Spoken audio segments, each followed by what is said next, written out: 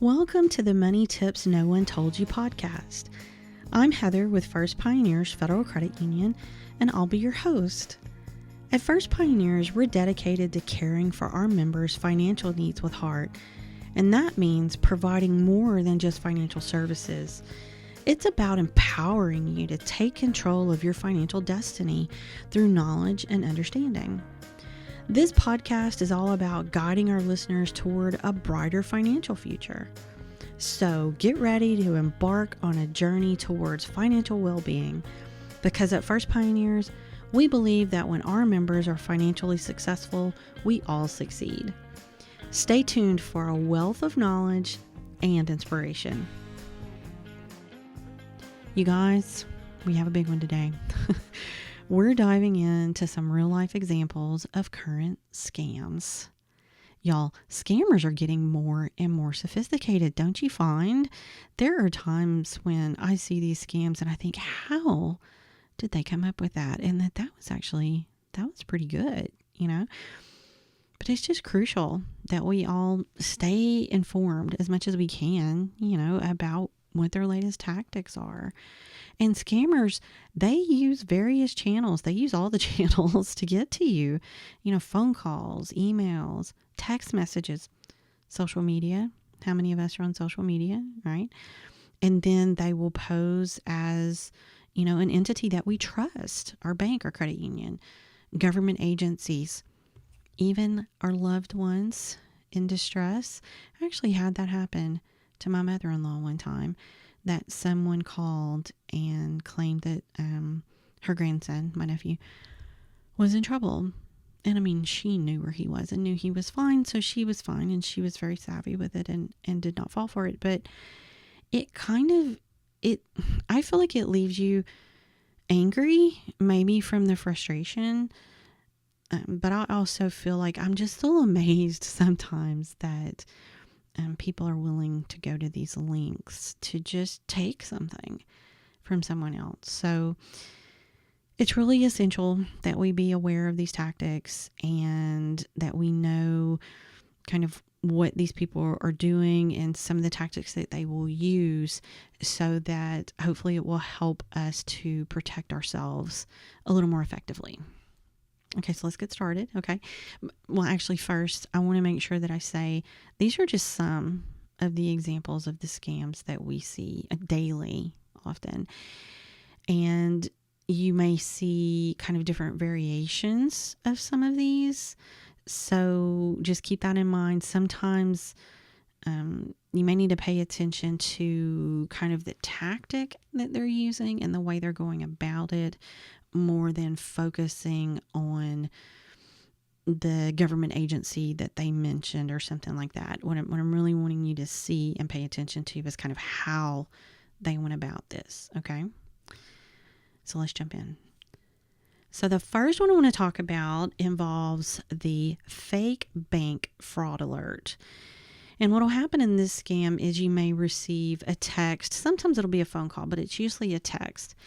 And it appears to be from your bank or your credit union. And what happens is you're getting an alert to suspicious activity on your account. And so what the message may urge you to do is to call this number that they've provided in the text. Or there may even be a link in there that they want you to click that link, where they're saying they want you to verify your account details.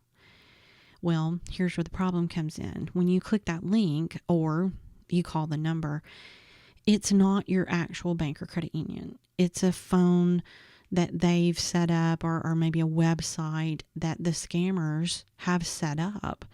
So then you visit, you call, and now the scammers are able to capture your personal information. And then there are times when once they have that, they will literally drain your account, all of your accounts.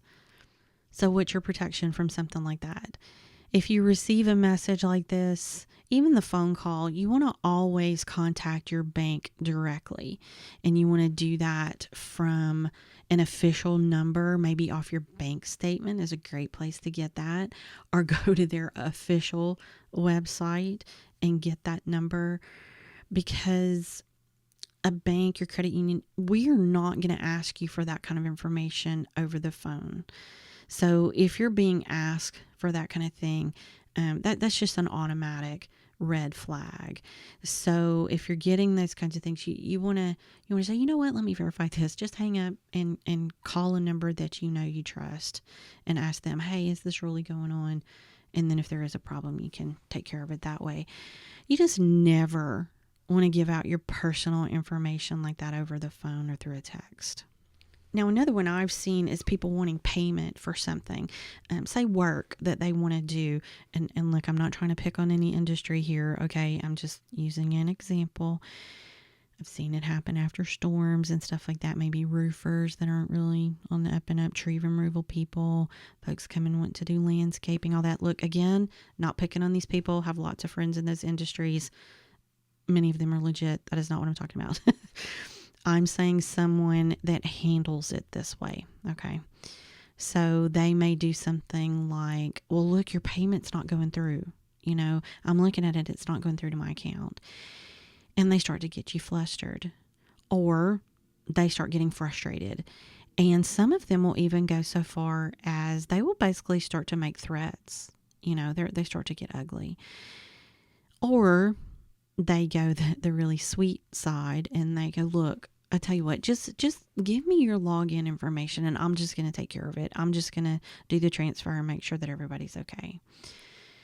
Again, never, ever give out your personal information in that way, especially not your login information to your bank or your credit union, because that is not what they're going to do.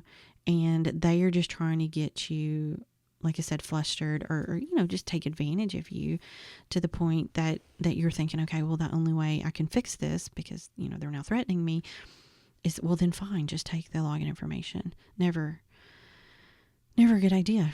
And they will go after people that they know are vulnerable and that are easy to manipulate like that. I actually saw this happen a little differently once. Someone was trying to purchase something online, and the seller kept saying, this payment's not going through. Can you try this other way? Can you try this other way? And before it was all over, they had sent $500 3 different ways. All of them, mind you, had indeed gone through. And the item, of course, wasn't even real. And of course, the seller actually kept texting them saying, look, just send me another $200 and I'll overnight it, and things like that. It actually escalated to the point that they were sending at least somewhat threatening text to this buyer. And it was all for them not giving them even more money. And of course, eventually they basically ghosted the person. So they just disappeared with their $1,500. And it was absolutely heartbreaking.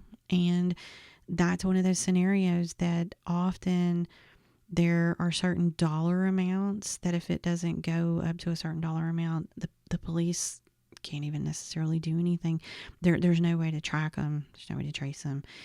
And of course, now you're just out the money. Okay, so what's your protection here? Well, first you want to make sure that you're using legitimate sites to purchase from. Be careful using sites that don't have protection for buyers. Y'all know, I think we all started with eBay back in the day. I think I still use eBay sometimes. They're still around. And there's others that have come up and they are very similar. And, you know, there's protections and things involved if you're trying to buy or to sell. Sellers can get taken advantage of at times too.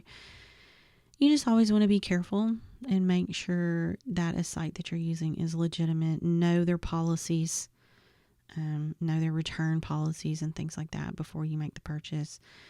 You also want to be careful when you're making your payments. A lot of people use these peer-to-peer platforms, okay?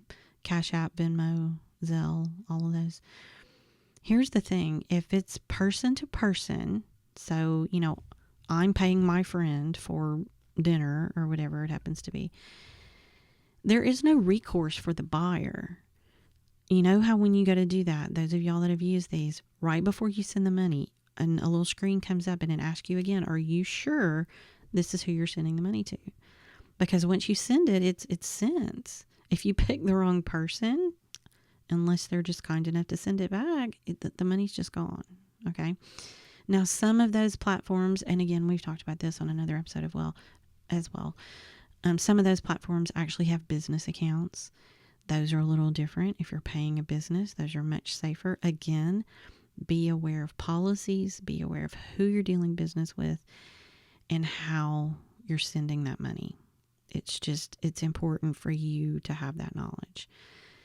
We also know that a lot of us are using these marketplace type pages that people are selling. And sometimes it's just folks selling things out of their house, right? Things they're getting rid of, baby things because their child grew up, or, old tools that they don't use anymore, whatever. And a lot of that is very legitimate. It's just a person. I've seen people that maybe they make things, craft things perhaps, and they sell those through marketplace and things like that. So a lot of those things are very legitimate. The thing I'm going to say with those is if it doesn't feel right, don't do it.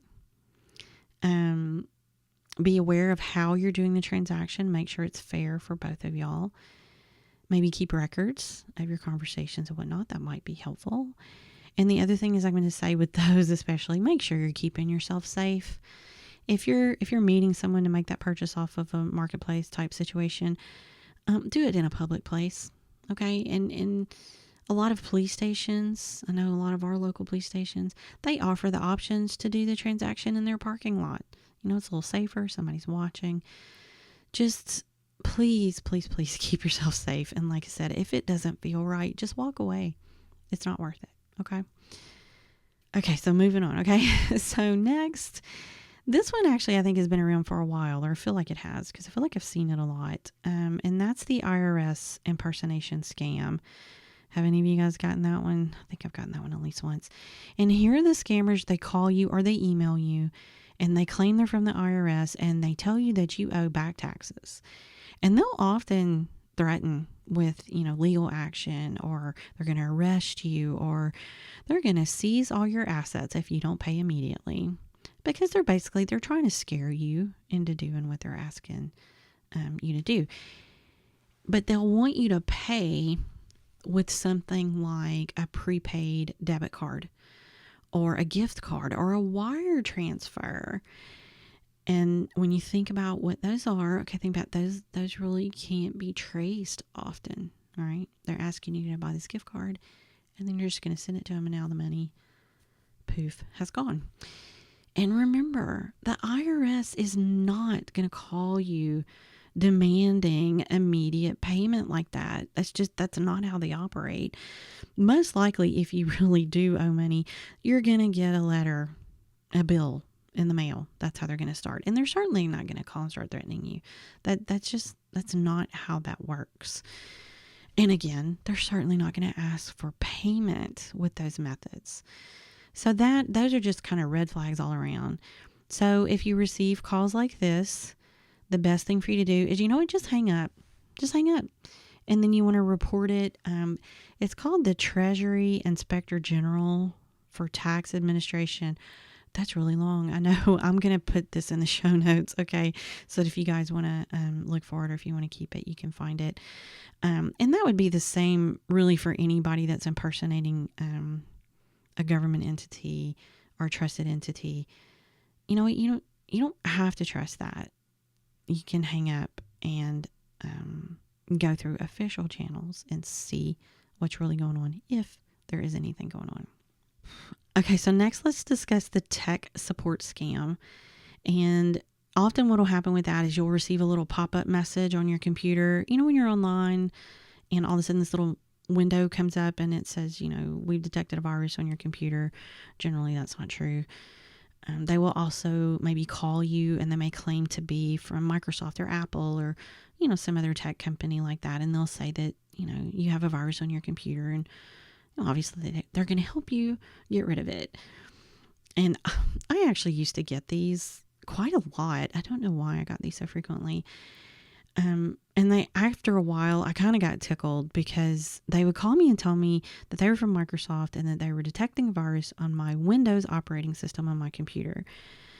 And the reason it's funny is I don't own a Windows computer. I own Macs. We own Macs most of my adult life that I've had computers. So I can't get a Windows virus. Apple is actually a computer that is very, very difficult to infect with a virus. It can happen, okay? It can happen, but it is very difficult. So for some reason, I guess because I had gotten so many of these calls, by that point I would just get tickled at them. And I think the one guy I kind of kept them going for a bit, going, really? And oh, how does that work? And oh my goodness. And then finally I went, well, wow, this is really interesting because I have a Mac. And he hung up on me. I don't think he liked that too much. But it bothers me when people try to scam people. I hate that people are trying to take advantage and take money from hardworking people. It just really bothers me. So I had a little fun with him. So, and it's not funny. Okay. These are not funny situations. Please understand. I'm not making light of it. It is very serious. And especially when someone gets scammed out of their money, it's something that, it actually really bothers me and angers me. So it's something that, if I could stop him from doing that to somebody else, I guess maybe that's what was on my mind when I was messing with him. So anyway, I digress. Let's move on. What will often happen is the scammer will generally offer to fix the problem, but they need you to allow them remote access to your computer. Then, of course, once they have access, they can steal your personal information.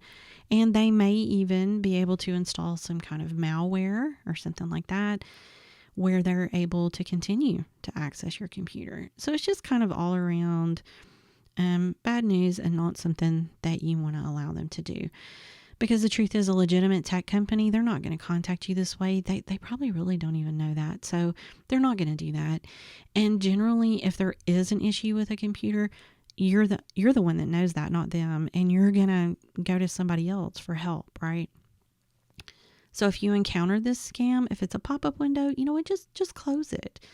And if you have antivirus software on your computer, you may want to run it and just make sure if it detects anything, or maybe even consider taking it, to a local computer shop and have them take a look and just make sure that there's nothing wrong. Antivirus software, it's never a bad thing to have, especially for Windows-based systems. So, just keep yourself safe, but I would not trust someone calling you or emailing you telling you that. And another one is an online shopping scam. Okay, how many of you shop online? Show of hands. My hand's up really high because, that's where I shop most of the time. And here, scammers are going to create fake websites or listings, and they'll do it on legitimate platforms where they offer perhaps something that's really high demand, but they list it at a really low price. So you think, this is great. I'm totally taking advantage of this. You make the purchase and then it never arrives. And where's the scammer? Well, they run off with your money. And one way they'll really get you is they'll send you an email or something with a link in an email. And it looks like the right store, right? It looks like the store you shop at. And you go, oh, look at this great deal. I had this happen once where it was a place where I buy shoes a lot from. I have trouble finding those shoes locally, so I tend to buy them online. And it looked like their email. It looked completely legit. So then when you click through on this link for the product, then what I noticed is that the website, it didn't say the store name like it normally did. So it had sent me to a fake site. So that's one thing you always want to do is you want to check the site that you're on. Okay. Make sure that when you look at that link, read the link. Does it still say the right store name that it's supposed to say? Does it have the HTTPS? That S means secure. So you want to look for that. So make sure that that site is legitimate before you make the purchase. And if it's a new place, maybe somewhere you've never shopped from before, check reviews. Look online, go Google, see if there are reviews on this site, see if it's legitimate. And then also, like I said, look for that S, make sure it's secure. You want to make sure that they're taking secure payments and that your information is not going to be shared because the payment isn't secure. So if it's a new site especially, you really want to do some research and make sure it's legit. And again, make sure that that website address that comes up is indeed the place you were meaning to shop from, because they will redirect you really quickly. And then that's how they're going to scam you. One that's really big right now is job scams. You've got a lot of people looking for jobs right now, a lot of people getting laid off and things like that. So they're really out there looking for employment. And it seems like these scams are just kind of growing right along with that demand. And they're becoming increasingly sophisticated, you guys. So, of course, you need a job. There's kind of this sense of urgency. And, of course, there's a hope that there is a job on the other side of this post. And the scammers, they exploit that. They use that to their advantage. Now, a lot of these scams are typically going to involve fake job postings, but they're actually on legitimate job boards, or they're on, social media platforms. So they look legitimate. And these people are going to pose as recruiters or employers, and they're offering these very, very attractive positions. But then once the victim applies, they may be asked for things like personal information, or they want you to pay for training or equipment, or they even want you to pay for your own background check, which I think is pretty amazing that they would ask you to do that. Sometimes they'll ask you to maybe cash fraudulent checks. We've seen that where your payment is, they send you this check that's for over the amount that you're to get paid. And they come up with some excuse as to why they can't do it that way, for the right amount, or they can't cash it. And they'll say, look, go cash this check. You keep this portion as your payment. And then the part that I'm sending you above the amount that I owe you, I need you to send that back to me. So you go cash the check. The check is not good. It's now come out of your account because you're responsible for that check because you took the money out. So there's a lot of different ways that they can get you and get money from you. One really common red flag to look out for is someone that offers you a job without even interviewing you. They never wanted to talk to you, find out anything about you, but here, take this job. If they're requesting payments up front, again, you pay for the training. You shouldn't have to pay for your own training. Or look at the email address they're using. Is it an official address? Or is it maybe, a Gmail address or something like that? Yahoo? It's not an official address from the company. So those are all red flags to look for with the job posting ones. Now, one way you can protect yourself with that is when you apply for a job, research the company very thoroughly. Do that on your own, independently of that post. You want to verify, if you can, through the official company website, is that job posting there as well? And of course, you want to be cautious of any employer that's asking you for this sensitive information or money, especially over the phone, and especially if you haven't even been hired yet. Now, one thing that does make this a little more difficult is there's a lot of these work from home jobs where you never go into an office. So those are just going to be harder to vet and to really do the research and know that they're legitimate. I'm going to go back to the one before. If it doesn't feel right, don't do it. Try not to get caught up in kind of the emotion and the excitement, and make sure that it looks legitimate. Like I said, because those are going to be much more difficult. But do what you can to research the company and find out if all this is actually legitimate. So one that is particularly nasty, and that seems to have been on the rise a bit, I know it's been around for a while, is the romance scams. And, these are the people that the scammers will create, a fake profile on a dating site or perhaps social media. And then they build this relationship with their targets over weeks or even months. And then, of course, once they've gained the trust of their victim, they'll probably fabricate some kind of sob story where they need money. Maybe it's for an emergency or to travel. They may even say that, let me travel so I can meet you. Or perhaps a business opportunity that, they just can't get the money together for. And they may even position it as something that, if I can get into this business, then I can make the money for us to be together, or to give you all the money to give you the life you deserve, or, just whatever it is that they need to say to tug at the heartstrings of their victim. That's what they're going to do.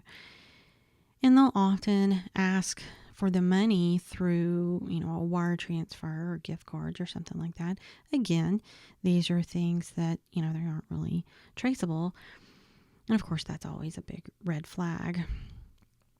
Here's something, though, that is new to consider and throws kind of a completely new wrinkle into this, and that's AI. We've actually seen information. There was specifically a report of a victim who had received a presumed AI generated image and video from their fraudster. So the male in the image held up a piece of paper that contained the words, "I'm for real, stop doubting me." And the video, of course, used the victim's name and kind of the proper verbiage that kind of went along with the scam that they had been running. So it basically enhanced that feeling of trust from the victim, because they're going, well, look, I see a picture of them. They've sent me this video. I don't know if you guys have seen a lot of the AI stuff that's been generated, but there's a lot of it that is very sophisticated and very realistic, and it's very convincing that it is a real person, or even someone who really does exist, and you think it's them. So the protection for this one, old school way of doing things, you be cautious when someone you've only met online asks for money. You never send money to someone that you haven't met in person. When you throw the AI wrinkle into it, I actually still stand by that you've never met them in person. Even if they're showing you this video, hey, stop doubting me, that's still that passive aggressive way of trying to convince you to do something. So it still is that red flag. It is going to be a little harder to recognize some of those things, and especially people that are in these situations that are being kind of taken in by these kinds of scams are probably lonely and vulnerable already. So it might be a little harder for them to really, see through some of these things and try to find the truth. But I still believe that someone asking you for money in that way is a big red flag. And if you have not been able to meet them offline, in person, it's just something that you really just need to say no to and look out for. So let's talk a little bit more about AI. The use of AI is really growing. It's being used for, it feels like it's being used for everything. I know that's not true. Not everything requires AI or could even use AI, but it certainly does feel like that. I feel like every time I turn around, someone is talking about how they're using AI for something that they're doing.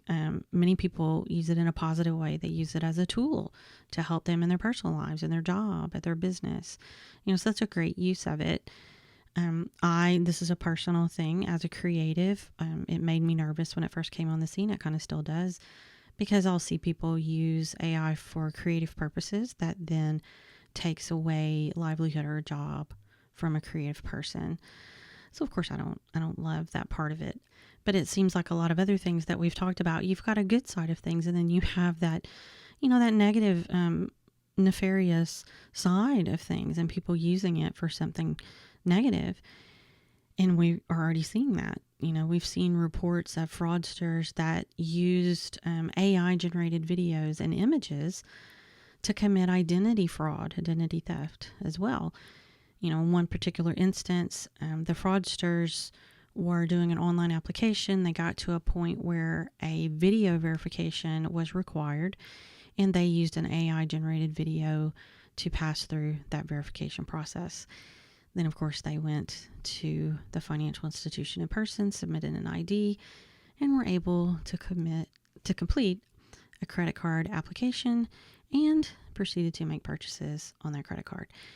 So the truth is, AI can be used for a lot of things, and a lot of the AI generated content that we see can be very sophisticated, very difficult to determine if it's real.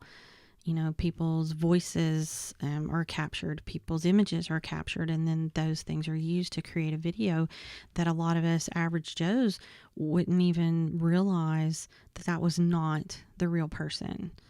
To me, it's reminiscent of, well, really even when the internet started, but especially social media. That was something new. And so there weren't really any rules in place. There were no laws in place. And those had to be created as time went by and as the need was discovered. And I feel like there may be a little bit of that same process with AI, that as we go, there'll be regulations put in place, or there'll be things that will happen.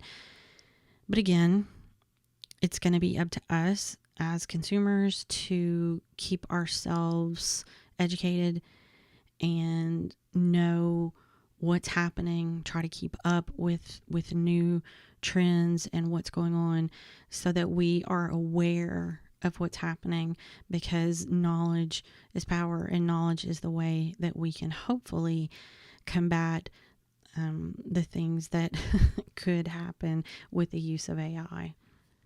And look, I'm not going to deny that this one is going to be a little harder to combat. This is going to be harder to know what's real and what's not. And especially for someone who's maybe not terribly tech savvy, it may be a little harder.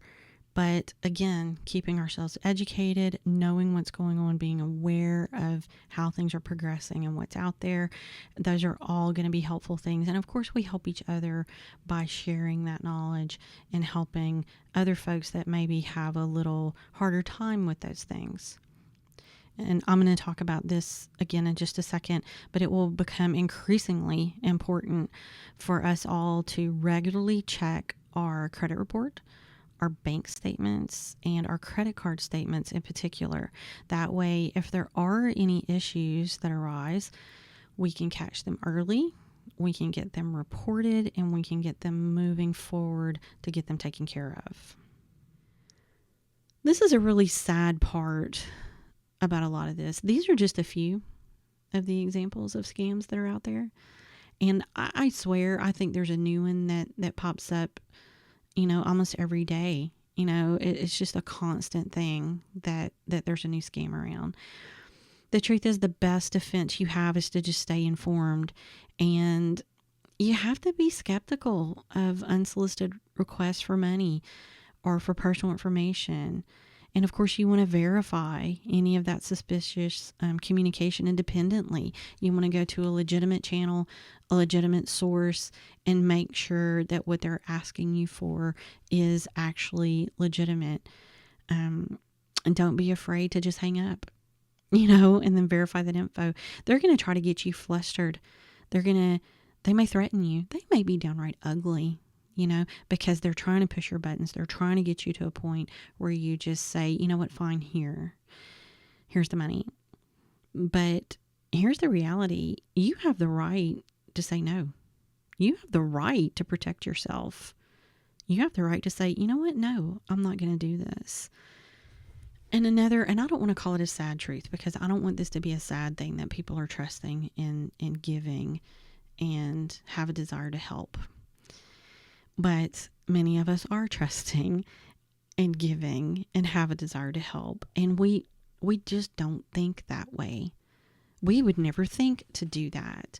So when someone comes to us and wants help or wants something or needs something, our minds don't automatically go there. We don't automatically think that they're up to something nefarious, because we would never do that. So why would they?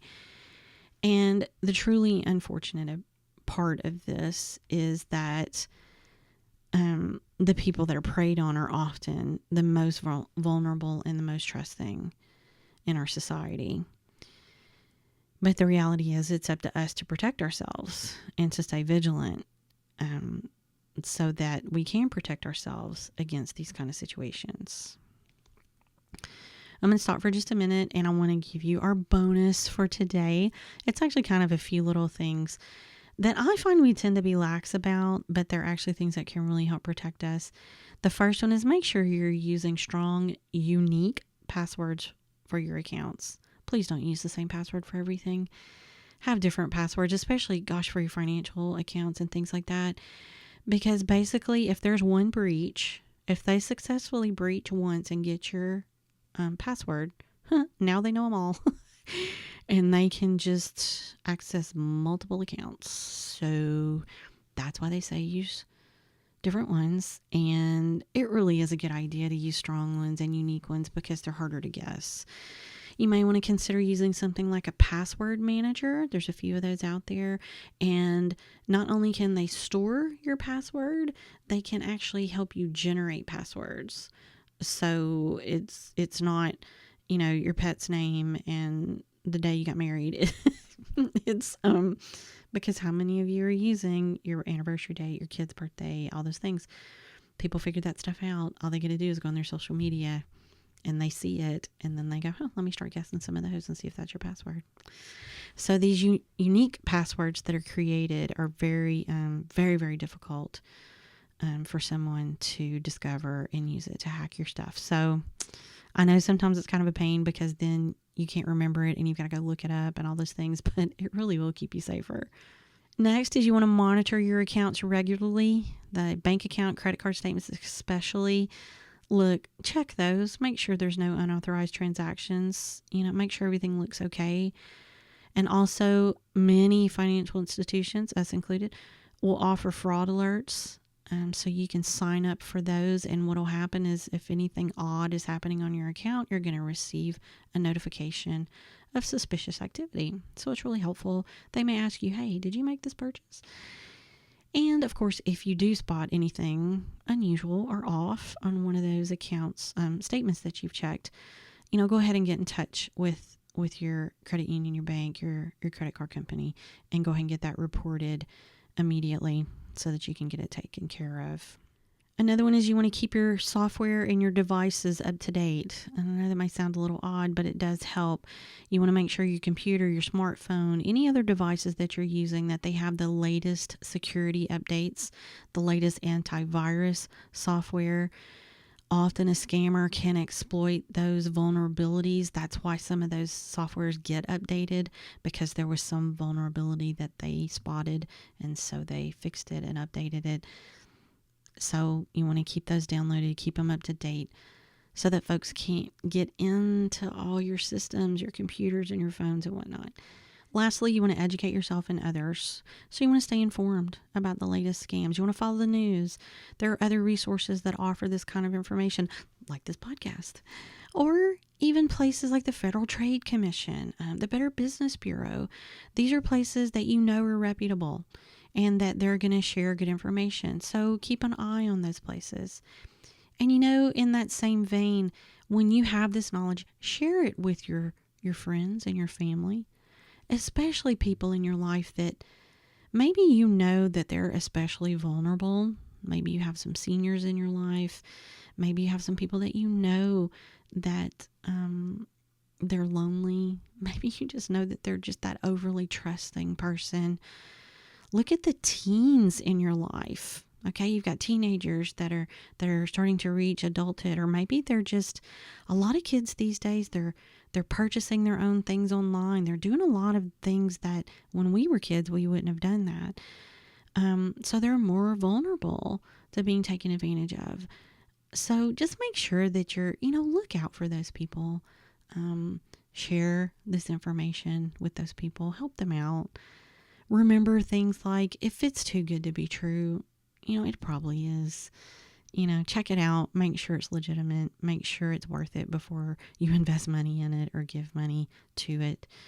So my hope is that by following these tips and these suggestions, that you can really significantly reduce your risk of falling victim to these scams, to financial scams. Because remember, like we said, staying vigilant and informed is really your best defense.